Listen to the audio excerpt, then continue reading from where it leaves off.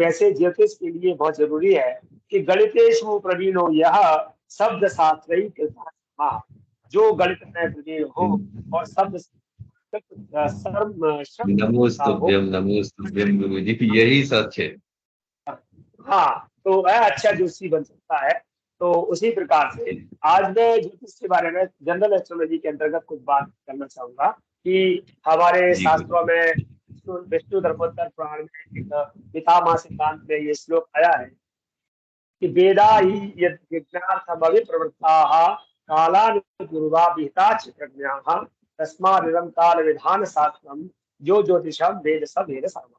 तो ज्योतिष क्या है, ज्योतिष का महात्म्य हम कैसे समझे, इसके लिए वेदों का प्रवर्तन करने के लिए, यज्ञों के लिए, यज्ञों को अच्छे से संपादित करने के लिए, और यज्ञ भी काल के सम्यक, यानी कोई भी यज्ञ कब किया जाए यथा विधि विधान संपन्न हो, यह ज्योतिष शास्त्र का जो काल का विधायक है, और ज्योतिष शास्त्र को जो जानता है वह सब कुछ जानता है।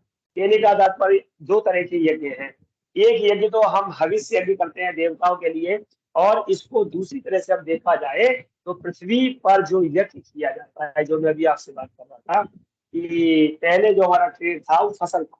तो कब फसल कौन सी उत्पन्न की जाए, किस समय कौन से, आपने देखा होगा कि बीज बोने का मुहूर्त भी होता है, कटाई का मुहूर्त भी होता है, कब कौन से बीज बोए जाए, कौन से नक्षत्र में बोए जाए, ये ज्योतिष से जान करके पहले के लोग करा करते थे। और यहाँ तक कि जो किसान भाई होते थे तो उन लोगों को पहले से मालूम भी होता था।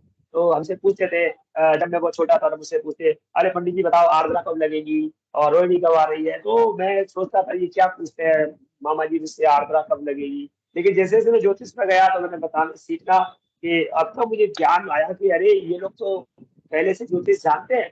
इसका मतलब वो हमको शायद बैसाख ज्येष्ठ आषाढ़ श्रावण भाद्रपद मास याद नहीं होते थे, लेकिन वो बोलते थे भैया चैत में कहिए अब ये होगा, चैत में फसल कटेगी, और अब ये कार्तिक है तो इसमें ये होगा। तो कहने का तात्पर्य ये है कि शास्त्र के साथ पहले भी लोग जीते थे, और हम कोई भी यज्ञ यजन करते हैं वो भी शास्त्रों के ऋषि करते हैं। ऐसे में दूसरा श्लोक उन्होंने बताया है कि वेदेषु विद्यासु चाहिए प्रतिष्ठा धर्मादय काल विशेषवर्ता ते सिद्धि मायांत खिलाश्चत्येन तद वेद नेत्रम क्षति है लोके। तो वेदों में, अन्य विद्याओं में काल विशेष पर आधारित जो धर्म कर्म आदि निर्दिष्ट हैं, ये सब जिस विद्या के प्रभाव से सिद्ध होते हैं, वेद के चक्षु स्वरूप उस ज्योतिष शास्त्र की इस संसार में अति महिमा है। जय हो। कहने का मतलब है वही ज्योतिष शास्त्र जो नेत्रों के रूप में है और सभी प्रकार के धर्म कर्म का निर्देश करता है। फिर उसके बाद तीसरे श्लोक में ये बात कही थी ज्योतिर्निबंध पुस्तक इसमें। तो अब हम सिद्धांत शिरोमणि क्या कहती है। सिद्धांत शिरोमणि हमारा ज्योतिष का, गणित का बहुत बड़ा सिद्धांत शास्त्र है। वेद चक्षु क्लेदम स्मृतम ज्योतिषम मुख्यतया चांद्र मध्ये तेनोच्यते संजितोक्ति करणरासादिभिः चक्षुषांगेरहीनो न किंचित करा। तो एकासन जो इस ज्योतिष शास्त्र को वेद का चक्षु नेत्र कहा गया। बार बार आपके सामने एक ही बात आएगी, वेद का चक्षु। इसी कारण वेदांगों में इसकी मुख्यता कही गई है।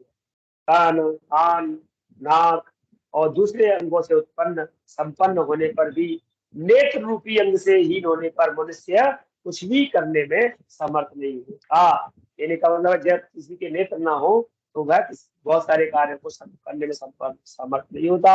उसी प्रकार से वेद चक्षु क्लेदम स्मृतम ज्योतिषम, जब तक वेद को समझने के लिए, वेद की क्रिया को करने के लिए ज्योतिष को नहीं समझा जाए तो हम कुछ भी वेद का फल नहीं ले सकते। एक और बात हमारे शास्त्रों में आई है कि एका समस्ता जलवायु रक्षा मुमुक्ष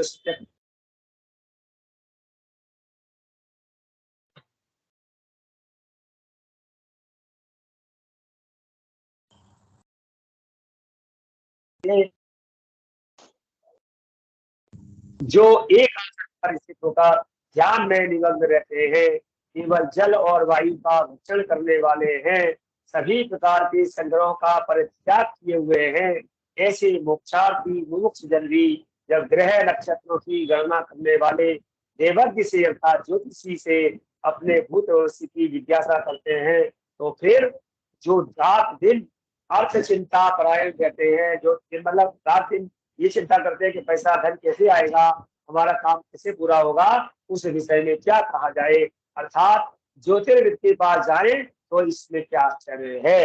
अर्थात ज्योतिषी जो एक विकासन होकर के साधना करके आपको बताते हैं, वह आपका मन से बचता है। एक और श्लोक में ये बात कही गई है, वयम समाश्रिता ये निष्परिग्रहा अपिते परिपृच्छन्ति ज्योतिषाम गति कोविदम। जिन्होंने गृहस्थाश्रम का परित्याग कर वन का ही आश्रय ग्रहण किया हो, जो अहंता ममता से रहित और आसक्ति से शून्य है, ये भी ग्रह नक्षत्रों की गति को जानने वाले ज्योतिर्वेदता से अपने विषय में प्रश्न पूछते हैं।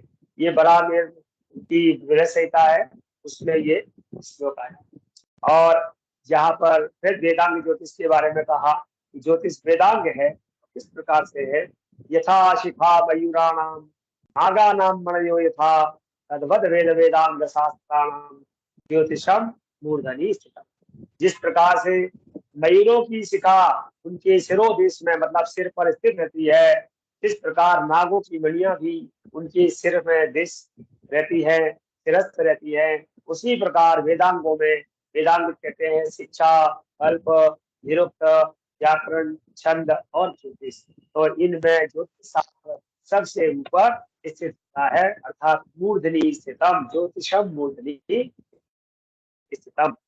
और फिर इसकी महिमा कही गई है, दिव्यम चाक्षुर्ग्रहणम च दर्शनम ज्ञानमुत्तमम विघ्नेया काल विलोकेषु स्थानम प्राप्नोति शाश्वतम। सूर्य अवतार पुरुष ने जो सूर्य सिद्धांत में बयासुर की कहानी आती है, वह वहां पर ग्रह तथा नक्षत्र संबंधित दिव्य उत्तम ज्ञान मयासुर ने सूर्य को दिया है। तो सूर्य ने मयासुर को दिया है, उपदिष्ट किया है, उसके ज्ञान से व्यक्ति सूर्य आदि लोकों में शाश्वत स्थान प्राप्त कर लेता है। मतलब कि लिखा है, जिसने ज्योतिष का ज्ञान लिया है, क्योंकि सूर्य का जो सूर्य ने स्वयं मयासुर को ये ज्ञान दिया है। जो मयासुर नाम का एक हमारे दैत्य हुआ था, जो जिसने ये जो सूर्य सिद्धांत पूरा लिखा है, उसको सूर्य देव ने स्वयं उपदिष्ट किया था। तो कहते हैं कि जो इस ज्योतिष शास्त्र का करता है कि जैसे सूर्य लोक में शाश्वत है, सभी लोग सूर्य को जानते हैं, उसी प्रकार से वह व्यक्ति भी जो ज्योतिष जान लेता है, सूर्य की तरह शाश्वत स्थान प्राप्त कर लेता है। अर्थात आप ज्योतिष सीखने के बाद इस प्रकार के लोगों के अंदर सूर्य की तरह तेजवान प्रतिशत होते हैं। न सांवत्सर पाठी न नरकेषु प्रपद्यते ब्रह्मलोके प्रतिष्ठां च लभते देव चिंतक। ज्योतिर्विद्या की जानने वाले को नरकादि लोकों की प्राप्ति नहीं होती। जो ज्योतिष को जानता है उसे नरक आदि प्राप्त नहीं होते। देवज्ञ का विचार करने वाला ज्योतिर्विद्ता ब्रह्मलोक में प्रतिष्ठा प्राप्त करता है। ये भी बड़ा निर्णय गृह संहिता में कही है। और ज्योतिष चक्रे तो लोकस्य सर्वस्योक्तम शुभाशुभम ज्योतिर्ज्ञानम तो यो वेद से याति परमाम गतिम। ज्योतिष चक्र में संसार के सभी जनों का शुभ और अशुभ विद्यमान है। जो ज्योतिष शास्त्र को जानते हैं वह परम पूज्य हैं, ब्रह्म सायुज्य है, ब्रह्म के समान है, ये पीयूष धारा में कहा है। क्योंकि ज्योतिष के अंदर क्या है, सभी का शुभ और अशुभ यानी उसके अच्छे और बुरे की गणना ज्योतिष शास्त्र में दी गई है। और बात कही गई है, अप्रत्यक्षाणि शास्त्राणि विवादस्तेषु केवलम प्रत्यक्षम ज्योतिषम शास्त्रम चंद्रातो यत्र साक्ष्यम। सूर्य चंद्रमा इस बात की साक्षी हैं, अन्य शास्त्र अप्रत्यक्ष हैं, इसलिए उनमें तो विवाद ही रहता है, क्योंकि वो शास्त्र प्रत्यक्ष नहीं है। लेकिन ज्योतिष शास्त्र एक ऐसा प्रत्यक्ष शास्त्र है जिसके साक्षी सूर्य और चंद्रमा है। मैंने आपको पहले दिन से ही बताया था कि हमारे जो ज्योतिष की रचना हुई है वो सूर्य और चंद्रमा की गति के आधार पर निश्चित हुई है। जब सूर्य चलते हैं 0 डिग्री, उससे 12 डिग्री चंद्रमा आगे चलते हैं तो एक तिथि बनती है, 13 डिग्री के अंतर पे एक नक्षत्र बनता है। तो जितना भी आप ज्योतिष पढ़ेंगे उसमें सूर्य चंद्र ऐसे और सूर्य चंद्र को आप देखते हैं, आपने प्रत्यक्ष रूप से देखा है, इसलिए ये प्रत्यक्ष शास्त्र है और बाकी जितने भी शास्त्र है वो प्रत्यक्ष शास्त्र नहीं है, ऐसा पीयूष धारा में वर्णन आता है। ग्रहाधीनम जगत सर्वम ग्रहाधीना नरावराह आल ज्ञानम ग्रहाधीनम ग्रहा कर्म फल। ग्रहों के अधीन ही यह संपूर्ण संसार है, ग्रहों के अधीन ही सभी मनुष्य होते हैं, काल का ज्ञान भी ग्रहों के अधीन है और ग्रह ही कर्मों के फल को देने वाले हैं। इस बात को भी व्रत संहिता में कहा गया है कि हमारा ये पूरा संसार ग्रहों के अधीन है। हम सोचते हैं कि मेरे साथ ऐसा क्यों हो रहा है, तो जब ग्रह गति होती है और ग्रह जैसे सूर्य अपने बिल्कुल स्ट्रेट आ जाते हैं तो गर्मी बढ़ जाती है, सूर्य दक्षिण में छुप जाते हैं तो ठंडे आ जाते हैं। जो ग्रह जिस लॉन्गिट्यूड पर अपना पूर्ण प्रकाश डालता है तो उसके अनुसार वो अपने फलों को देता है। तो संसार पूरा ग्रहों के अधीन है और पूरा समय चक्र भी के अधीन है और ग्रह ही कर्मों के फल को देने वाले हैं। यानी आप जो कर्म कर रहे हैं या वो आपसे कर्म करा रहे हैं वो सब ग्रह ही हैं और इस ग्रहों की उपासना करते हैं। इसीलिए इनके समय इनका ध्यान मतलब ज्योतिष का ज्ञान बहुत आवश्यक है। यदा यदप यदुपचितमन्य जन्मनि शुभाशुभम तस्य कर्मणि पंक्तिम व्यंजति शास्त्रमेतत् तमस्य द्रव्याणि दीप इव। ऐसा कहा गया यदो मतलब पूर्व जन्म में प्राणियों ने जो शुभ अथवा अशुभ कर्म किया हो उसके परिणाम को तथा उस परिणाम का समय कब होगा यानी इसका परिणाम कब मिलेगा, इस बात को ये ज्योतिष शास्त्र उसी प्रकार बता देता है जैसे अंधेरे में दीपक पदार्थों को दिखा देता है। व्रत संहिता में बात कही है कि यह जन्मनी अन्य जन्मनी बात, न जाने किस जन्म में हमने कोई कर्म किया होगा अच्छा या बुरा, लेकिन उसका फल कब मिलने वाला है ये ज्योतिष में ग्रहों के आधार पर जाना जा सकता है। और ज्योतिष की महिमा कही है यथा काष्ठमय सिंहो यथा चित्रमयो नृपः तथा वेदाद्य दीपो अपि ज्योतिष शास्त्रम बिना निजः। जिस प्रकार लकड़ी से निर्मित सिंह शेर का जो आपने वो बना दिया है खिलौना लकड़ी से बना हुआ या चित्र बनाया है, राजा का प्राण विहीन चित्र है तो वह निष्फल है क्योंकि चित्र में से राजा निकल के कुछ कर नहीं सकता, लकड़ी का शेर किसी को खा नहीं सकता। उसी प्रकार वेद आदि शास्त्रों को जो जानता है वह जब तक ज्योतिष शास्त्र को नहीं जानता वह निष्फल होता है, अर्थात उसे ज्योतिष आना ही चाहिए। छंदः पादौ तु वेदस्य हस्तौ कल्पोदपक्षते ज्योतिषा वयनम चक्षुर निरुक्तम श्रोतमुच्यते शिक्षा ग्रहणम तु वेदस्य मुखम व्याकरणम स्मृतम तस्मात् सांगवदित्यैव ब्रह्मलोके गम्यते। और ये वेद का जो वेद पुरुष है, वेद पुरुष के जो पैर हैं वो छंद शास्त्र है, दोनों हाथ जो है वो कल्प हैं। ज्योतिष शास्त्र वेद पुरुष का नेत्र है और जो वेद पुरुष के जो कान है वो निरुक्त है, स्रोत है। और शिक्षा को वेद की नासिका नाक कहा गया है और मुख को व्याकरण कहा गया है। अतः वेदांगों के ज्ञान के साथ ही वेद का अध्ययन करने वाला ब्रह्मलोक की प्रतिष्ठा प्राप्त करता है, अर्थात ज्योतिष के साथ साथ जो वेदों का भी अध्ययन करता है वो ब्रह्मलोक को प्राप्त करता है, अर्थात वेद और ज्योतिष दोनों एक दूसरे के पूरक हैं। इसके बाद और कही गई है इसकी महिमा कि होरा शास्त्रमिदं सर्वं श्रद्धा विनय संयुतः सत्वा गुरु मुखादेव बुद्धिमान अवलोक्य च यो जानाति च शास्त्रार्थं सर्व पापे विमुच्यते श्रावयेत् दर्शयेत् विद्वान् नन्यो गर्गो द्विजोत्तमः सर्व पाप विनिर्मुक्तो ब्रह्मलोकं स गच्छति वेदेभ्यश्च समुद्धृत्य ब्रह्मात्मोवाच विस्तृतम् शास्त्र माध्यम तदेव देवम वेदांग वेद। जो बुद्धिमान इस होरा शास्त्र को श्रद्धा विनय से युक्त होकर गुरु के मुख से सुनकर तथा ठीक से समझ को जानता है वह सभी पापों से छूट जाता है। और ऐसा विद्वान जो दूसरों को सुनाता है और उपदेश करता है वह द्विजोत्तम दूसरे गर्ग ऋषि के समान होता है, वह सभी पापों से मुक्त होकर ब्रह्मलोक प्राप्त करता है। यही वेदांग और वेद का नेत्र रूपी आदि शास्त्र है जिसे वेदों से निकालकर ब्रह्मा जी ने विस्तार पूर्वक गर्ग ऋषि को बताया। ये पाराशर होरा शास्त्र में भी इसका वर्णन आया है। एतद् बुद्ध्वा सम्यगाप्नोति नूनम धर्मम चार्थ मोक्षमग्रम यशश्च। जो इस ज्योतिष शास्त्र को भली भांति जान लेने से व्यक्ति निश्चित ही से लोक में धर्म, अर्थ, सर्व पूज्यता तथा यश का प्राप्त करता है और मृत्यु के अनंतर उसे मोक्ष की प्राप्ति होती है। ऐसा वशिष्ठ संहिता में देखने को मिलेगा। जो ज्योतिषम व्यक्ति नर स सम्यक धर्मार्थ कामान लभते यशश्च। जो इस ज्योतिष शास्त्र को अच्छी तरह से जानते हैं धर्म, अर्थ, काम और यश को प्राप्त करते हैं। ये बात सूर्य सिद्धांत में बड़े अच्छे से कही गई है। और कहते हैं सौम सूर्य प्रचलितम विद्वान वेद विदुष्यते सूर्य सौम्य सूर्य प्रचलितम लोकम लोके च संतते। जो विद्वान चंद्रमा, सूर्य और नक्षत्र के चरित्र को जानते हैं वह विद्वान चंद्रमा, सूर्य तथा नक्षत्र से प्रसिद्ध चंद्रलोक, सूर्यलोक, नक्षत्र लोक को प्राप्त करते हैं। अर्थात वहां जाकर वहां के सुखों का उपभोग करते हैं।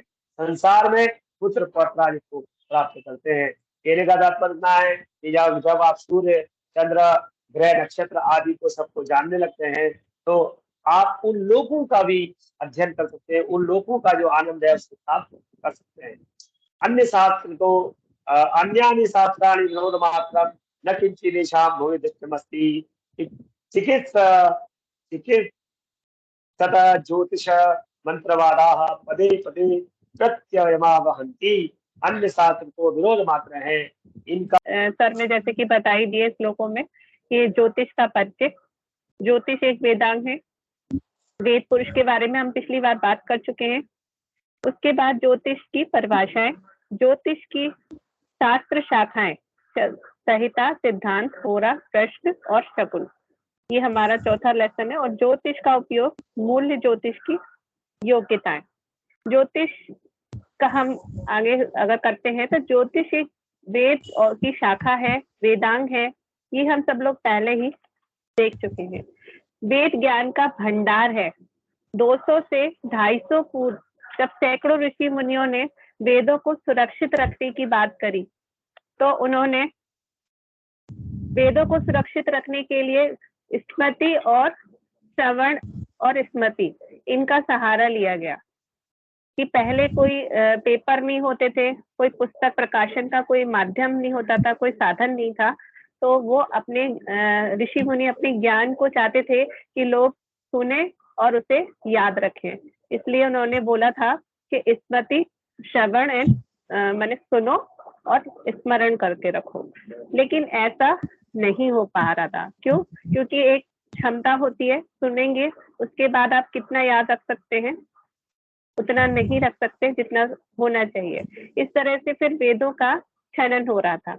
ऋषि मुनि चाहते थे ज्ञान केवल स्मृति में रहे, तो ऐसा नहीं हो पा रहा था और पुस्तकों का कोई प्रकाशन का साधन नहीं था, इसलिए ज्ञान का भंडार समाप्त हो रहा था। जो कुछ भी जानना चाहते थे सिर्फ उसे याद रखा जाए।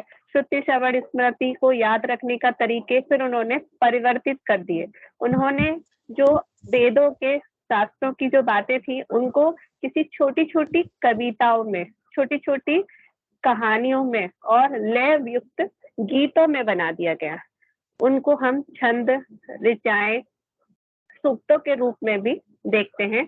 आगे हमारे वेदों में जिस तरह से हम कभी पढ़ते हैं तो छंद, ऋचाएं, सूक्त ये सब सामने आते हैं। कुछ ज्ञान की व्याख्या कुछ लोगों के द्वारा इस प्रकार की जाती है, उपनिषद, और उसे भाष्य भी कहते हैं। महत्वपूर्ण अवधारणाओं की व्याख्या केवल उन लोगों के लिए की जाती है जिनकी मन की स्थिति परिपक्व हो, बुद्धि हो और विकास भी हो उनका। हर किसी के लिए वेदों को ज्ञान नहीं होता था, क्योंकि वेद की ग्रहण करने की क्षमता भी इंसान के अंदर है कि नहीं, ये ऋषि मुनि जानना चाहते थे और उसको पहले परखते थे कि इसके अंदर इतनी क्षमता है कि नहीं कि वो उसको ग्रहण कर सके। उसकी बुद्धि, उसका विकास, क्योंकि हर कोई डॉक्टर नहीं बन सकता, हर कोई इंजीनियर नहीं बन सकता, हर किसी की बुद्धि की एक लेवल होता था और ऋषि मुनि जो होते थे वो उसको पहले परखते थे और देखते थे, क्योंकि ब्राह्मण को ही ये कहते थे कि वेद का ज्ञाता होना चाहिए, क्योंकि ब्राह्मण बुद्धिमान होता था और उससे बुद्धि का पूरा भंडार होता था। बुद्धिमत्ता एवं चरित्र बल के अनुपात में ही प्रत्येक मनुष्य को वेदों को ग्रहण करने की सहमति दी जाती थी। ज्ञान का भंडार और सुरक्षा एवं सौभाग्यशाली जीवन आदि काल से ही मनुष्य सुनता आ रहा है। इस ज्ञान को आगे बढ़ाने के लिए रामायण और महाभारत 2 महान महाकाव्य भी बनाए गए। उन्हें महाकाव्य में नैतिकता के साथ साथ जीवन के उत्थान के लिए एक उत्थान भरा मानव का जीवन दिखाने का प्रयास किया जाता है। हमारे जो रामायण और महाभारत ग्रंथ हैं, उसमें हमें ये बताया जाता है कि जीवन को किस तरह से जिया जाए। वो कोई कथा कहानी नहीं, वो हमारे पुराणों से लिए हुए वो सूत्र हैं जो जीवन को जीने के लिए, आगे बढ़ाने के लिए बहुत जरूरी है। ऋषियों ने इस ज्ञान को और अधिक मात्रा में जनता तक पहुंचाने के लिए अनेक पुराणों का सहारा लिया, जिसमें हम रामायण और महाभारत की बात करते हैं। इसमें कहानियों के माध्यम पर उन्होंने जोर दिया और प्रत्येक कहानी का एक उद्देश्य, एक चरित्र और उन्नति, एक दृष्टिकोण रखा जिसे हम लोगों तक पहुंचा सके। पुराणों में हम वेदांत ज्योतिष के बीच स्पष्ट रूप से पाते हैं। वेदों में यह स्पष्ट रूप से दिखाई भी देता है। विभिन्न ज्योतिष विषयों पर अपना व्यवहारिकता रखते हैं। पुराणों में ऐसी कई बातें हैं जो बुद्धिमान व्यक्ति, सिद्ध पुरुष एवं मार्गदर्शक ही के सहारे ही आगे बढ़ाई जा सकती है। वेदों की इस शाखा ज्योतिष अर्थात वेदांग के संबंध में वैदिक सर्वव्यापक से कैसे हैं, यह बात पुराणों में बताई गई है। वैदिक ब्राह्मण सभी 18 पुराणों के बारे में जानते हैं और उनकी रचना में सहारा दिया। मैत्रेय ऋषि ने विष्णु पुराण में बात करते हैं तो मैत्रेय ऋषि ने अपनी वार्तालाप में ऋषि से बोला कि पारशर ऋषि से पृथ्वी का विवरण किया है। उन्होंने पृथ्वी के बारे में बताया गया है कि पृथ्वी पर 7 महान महाद्वीप हैं। पहला है जम्बू, दूसरा प्लक्ष, तीसरा सालमली, चौथा कुसा, 5वां क्रोचा, 6वां सका और 7वां पुष्कर 7वां। जम्बू इन सभी केंद्रों में माउंटेन मेरू है। मेरू पर्वत की बात करते हैं तो मेरू पर्वत के 4 देश हैं। जम्बू द्वीप इन सब के बीच में है और इस द्वीप के मध्य में सुमेरु पर्वत है। इस सुमेरु पर्वत की ऊंचाई 84,000 योजन है और पृथ्वी तल के नीचे इसकी गहराई 16,000 योजन है। सर्वोच्च शिखर पर इसका व्यास 32,000 योजन है। इसकी तलहटी 16,000 योजन है। इस प्रकार यह पर्वत पृथ्वी कमल के बीच एक प्याले के समान है। सुमेरु पर्वत पर 4 देश स्थित है: भद्राश भारतवर्ष, केतुमाल वर्ष, उत्तराकुल वर्ष। भद्राश जो है वो पूर्व में है, भारतवर्ष दक्षिण में है और केतुमाल पश्चिम में है, उत्तर कुरु उत्तर में है। मत्स्य पुराण में हम इसके बारे में अगर बात करते हैं तो इसमें चारों देशों का वर्णन इस प्रकार किया है। भद्राश का शाब्दिक अर्थ है मांगलिक घोड़ा। चीनी धर्म पौराणिक कथाओं में और कलाओं में इसको एक ड्रैगन को पवित्र माना जाता है। भद्राश का अभिप्राय है चीन। भारतवर्ष को हिमालय पर्वत के दक्षिण में होने के कारण हिमावत वर्ष भी कहा जाता है। केतुमाल बक्षसु नदी के स्थान पर है और सुमेरु पर्वत के पश्चिम की ओर स्थित है। उत्तर कुरु अल्ताई पर्वत में उत्तरी समुद्र तक विशाल फैला हुआ है। सुमेरु पर्वत चौकोर था और इसके साथ एक विशेष उपाधि जुड़ी हुई है, अर्थात सुमेरु पर्वत 4 मुख वाली प्रजाति के समान है। पूर्वी मुख सफेद है और इसमें ब्राह्मण जैसा प्रमुखता दिखती है। इसका दक्षिणी भाग पीला है जो वैश्य के रूप में प्रदर्शित करता है, और उत्तरी भाग लाल है जिसे हम क्षत्रियों की झलक दिखाई देती है। वह केंद्र सुमेरु पर्वत स्वयं स्थित है, इसे इलाव्रत कहते हैं, इलाव्रत कहते हैं। आइए अब हम भारतवर्ष के बारे में बात करते हैं। तो भारतवर्ष को हमारे ऋषि मुनियों ने क्यों और कैसे भारतवर्ष का निर्माण हुआ और महत्वपूर्ण भूमिका कैसे निभाई वेदांत ज्योतिष में, संतों और ऋषियों के भारत के बारे में अनेक विचार कहे हैं, वो शामिल हैं। वो इस प्रकार है, पृथ्वी पर भारत जैसा कोई देश नहीं है। यह स्वर्ग से भी अधिक श्रेष्ठ है, क्योंकि स्वर्ग के देवता भी भारत में ही आना चाहते हैं। भारत कर्म है, भूमि प्रधान है, क्रिया करने के लिए भूमि प्रधान माना जाता है। मानव जीवन के सभी फल का बीज भारत की मिट्टी में ही पाया जाता है।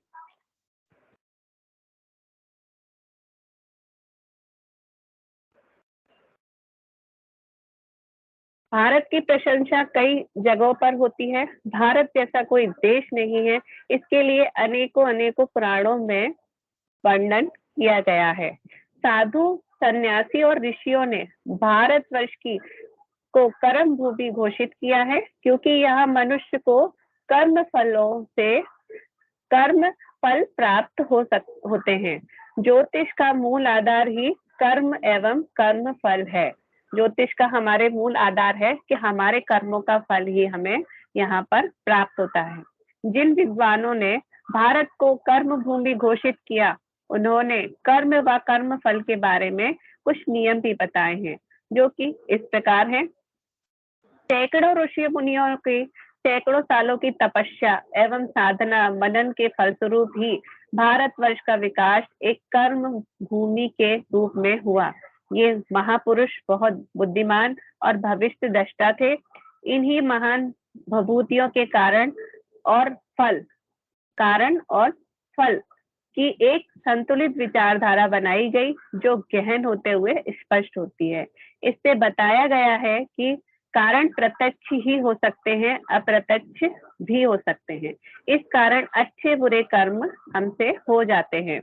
आधार और कार्मिक प्रतिफल पाने की विचारधारा बनाई गई है। यह विचारधारा कैसे बनी है, इसका क्या उपयोग है, यह वेदांत ज्योतिष हमें बताता है। वेदांत में इसे हम ज्योतिष पढ़कर, ज्योतिष जानकर ही समझ सकते हैं।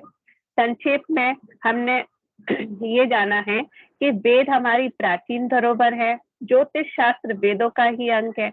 पुराणों में ज्योतिष का क्रमिक आविर्भाव विस्तार पूर्वक बताया गया है। ज्योतिष शास्त्र का आविर्भाव भारतवर्ष में फैला हुआ है। भारतवर्ष कर्म भूमि मानी गई, जहाँ पर अनेक मनुष्य अपने अपने कर्मों का फल भोगते हैं, क्योंकि भारत ही है जो कर्म पर विश्वास रखता है। और किसी देश में इस तरह का नहीं होता है। जहाँ पर ही राम, कृष्ण, सभी देवी देवता अवतार लेने के लिए व्याकुल थे और उन्होंने लिया।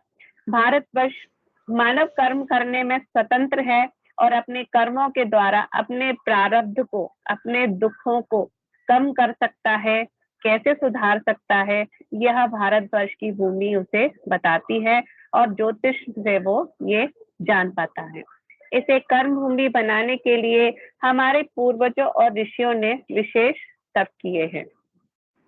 वातावरण के साथ साथ अपने कर्मों का संचालन भी करना, शारीरिक और मानसिक दोनों प्रकार के कर्मों को फलस्वरूप कर्म फल प्राप्त करना, ऐसा ही ज्योतिष है, जिसे वेदांग कहा गया है।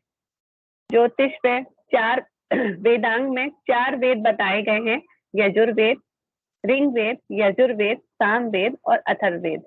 इन्हें हम पंचतत्व से भी ले सकते हैं, जिसमें वायु, अग्नि, जल और इस प्रकार से हम 4 लोगों में बांट दिए। 6 वेदांग बांटे गए हैं, जो हम पहले भी बता चुके हैं: शिक्षा, कल्प, व्याकरण, निरुक्त, छंद और ज्योतिष। श्रीमद् भागवत में भगवान जी कहते हैं, भगवान सूर्य संपूर्ण लोकों की आत्मा है। वे पृथ्वी और भूलोक का मध्य में स्थित आकाश मंडल के भीतर काल चक्र में स्थित होकर 12 मासों में घूमते हैं, जिसे हम संवत्सर कहते हैं, वर्ष कहते हैं, हिंदी का वर्ष कहते हैं। और मेष आदि राशियों के नाम भी प्रसिद्ध हैं। इनमें से प्रत्येक मास चंद्रमान से शुक्ल पक्ष और कृष्ण से पक्ष 2 पक्ष हैं। पितृभाव में एक को दिन और एक को रात मानते हैं। सौरमान में 2.25 नक्षत्र भी बताए गए हैं। सूर्य की किरणों से 1 लाख योजन पर चंद्रमा स्थित है।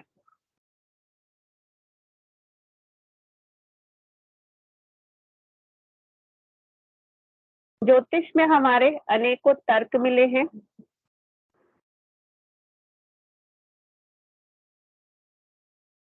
चंद्रमा स्थित है। चंद्रमा में 3 लाख योजन पर अभिजीत के सहित 28 नक्षत्र हैं। भगवान ने इन्हें काल चक्र भी नियुक्त किया गया है। इनमें से 2 लाख योजन ऊपर शुक्र दिखाई देते हैं। ये वर्षा करने वाले ग्रह हैं, इसलिए लोगों में प्राय सर्वदा यह अनुकूल रहते हैं। शुक्र के अनुसार ही बुध की गति भी समझ लेनी चाहिए। ये चंद्रमा के पुत्र रूप में बुध शुक्र 2 लाख योजन पर होते हैं। ये प्राय मंगलकारी ग्रह हैं। इनमें इनके 2 लाख योजन के ऊपर मंगल स्थित है और इनके भी ऊपर 2 लाख योजन ऊपर इनके भी 2 लाख योजन ऊपर दूरी पर भगवान बृहस्पति ये स्थित है। ये यदि वक्र गति से न चले तो एक एक राशि में एक एक वर्ष को भोगते हैं। बृहस्पति से 2 लाख योजन ऊपर शनि देव दिखाई देते हैं, शनिचर दिखाई देते हैं। ये 30 महीने तक एक एक राशि में रहते हैं, अतः इन्हें सब राशियों को पार करने में 30 वर्ष लग जाते हैं। ये प्राय सभी के लिए अशांति कारक है। इनके ऊपर 11 लाख योजन की दूरी पर सप्तऋषि दिखाई देते हैं। ये सब लोगों की मंगल कामना करते हुए भगवान विष्णु के परम पद ध्रुव लोक में प्रदक्षिणा करते हैं। सप्तऋषियों से वो मना कर रही थी, ये नहीं खाएंगे। सप्तऋषियों से 13 लाख योजन पर ध्रुव लोक है। इसे भगवान विष्णु के परम पद कहते हैं। यह उत्तानपाद के पुत्र परम भगत भक्त ध्रुव की भी विराजमान है। इसके बाद हम ज्योतिष के तर्क पर बात करते हैं। हमारे पूर्वजों की दूरदर्शिता की प्रारंभिक चेतावनी, क्योंकि ज्योतिष से उनका तर्क रहता था कि हम आगे तक की जानकारी प्राप्त कर सकते हैं। मनुष्य जीने के लिए कर्म करने वाला प्राणी बने। अब कर्म करने के लिए उसको अपने कर्मों से डरना भी जरूरी है। इसलिए उनको ये चेतावनी देना कि अच्छे कर्म करने पर उसे अच्छे ही फल मिलेंगे। अच्छे कर्म करने के लिए प्रेरित करना, एक क्रिया को एक प्रतिक्रिया उत्पन्न करनी चाहिए, लेकिन वैदिक विचार की सुंदरता यह है कि प्रतिक्रिया सुप्त हो सकती है, बाद में सतह पर कर सकती है, लेकिन समय से अलग नहीं होती। मनुष्य को अपने भविष्य को जानने की सहज इच्छा होती है, इसलिए इस दिव्य योजना का ज्योतिष में बनाया गया है। ज्योतिष का इसलिए बनाया गया है कि हर एक प्राणी को अपने भविष्य को जानने की दिव्य बहुत ज्यादा इच्छा होती है, उसके लिए ज्योतिष का ज्ञान बनाया गया है। ज्योतिष एक विज्ञान है जो कि मनुष्य की जिंदगी में एक सामंजस्य लाने में मदद करती है। भारत एक मात्र ऐसा देश है जहां पूरी आबादी समयबद्ध आधार पर आध्यात्मिक यात्रा करती है। सबको विश्वास है कि अगर हम गंगा जी में नहाएंगे तो हमारे अनेकों प्रारब्ध नष्ट हो जाएंगे, क्योंकि एक कर्म प्रधान देश के साथ वो धर्म को भी अत्यधिक मानता है। शिव पुराण में कुछ नदियों में स्नान करना भी खगोलीय घटना के साथ जुड़े हुए हैं। मकर राशि में बृहस्पति के साथ सूर्य का मिलना विशेष रूप से शुभ माना जाता है, जिसे हम मकर संक्रांति कहते हैं। और इसी आबादी में इलाहाबाद में गंगा नदी में स्नान करना भी एक नियम बना लिया गया है। ज्यादातर भारतवासी इस नियम को मानते हैं। सिंह राशि में जब बृहस्पति और सूर्य साथ होते हैं तो लोग गोदावरी नदी में स्नान करते हैं। ऐसा उन्होंने भी निर्देशित कर लिया है कि ऐसा करने से अच्छे फल प्राप्त होते हैं। यह अच्छी तरह से योजना का एक हिस्सा बन गई है। हमारे देश के विभिन्न हिस्सों के लोग समूहों से प्रार्थना करते हैं, जिससे अच्छे कार्यों के लिए, सामाजिक कार्यों के लिए प्रार्थना करने से उस ज्योतिष प्रार्थना करने से मंजूरी मिल जाए, सामाजिक मंजूरी मिल जाए। यह ज्योतिष का औचित्य सार है। अब हमारा पहला यूनिट का चैप्टर, आधा चैप्टर हो चुके हैं। अगली बार हम पढ़ेंगे ज्योतिष की शास्त्र की शाखाएं, जिसमें संहिता, सिद्धांत, होरा, प्रश्न और शकुन, और ज्योतिष का उपयोग और मूल्य, ज्योतिष की योग्यताएं, ये हम अगली बार पढ़ेंगे। आपको इसमें कुछ पूछना है?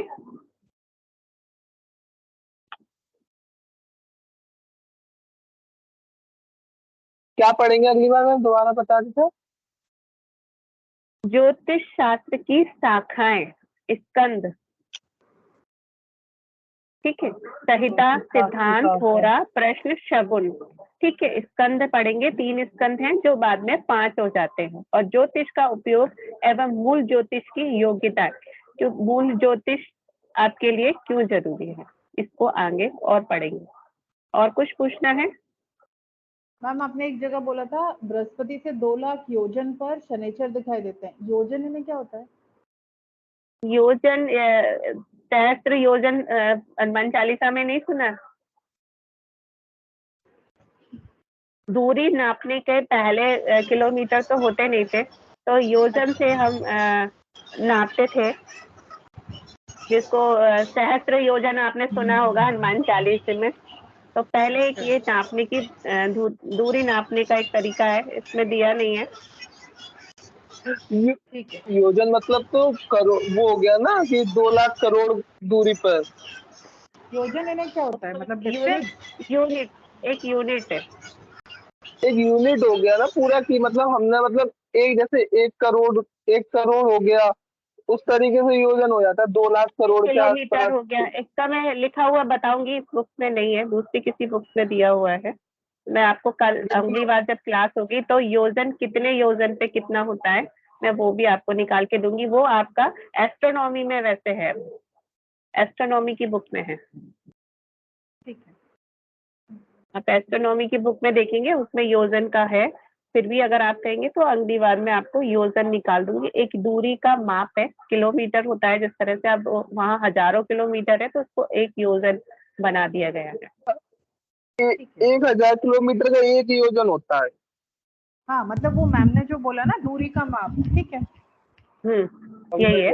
लेकिन इसको आप, अगर इसको कितनी यूनिट का है, ये आपको एस्ट्रोनॉमी में पता चल जाएगा। एस्ट्रोनॉमी में इसकी डिटेल है। नहीं, मुझे योजन वर्ड का मतलब नहीं समझ आया था। योजन का मतलब है किलोमीटर, जैसे बहुत हजारों किलो हो जाते हैं तो फिर उसको अपन हजारों किलोमीटर ना बोलते हुए 1-2 लाख योजन ऐसे बोल सकते हैं। 12.8 किलोमीटर का होता है योजन। अच्छा, अब वो मैं आपको एस्ट्रोनॉमी की बुक में देख के बताऊंगी, इस वाली बुक में तो है नहीं। गूगल के हिसाब से 12.8 किलोमीटर। ठीक है, फिर हम अगली बार करते हैं। योजन से ही बता दें। जय गणपति जी, योजन बता देंगे। अभी सर्वे भवन्तु करते हैं।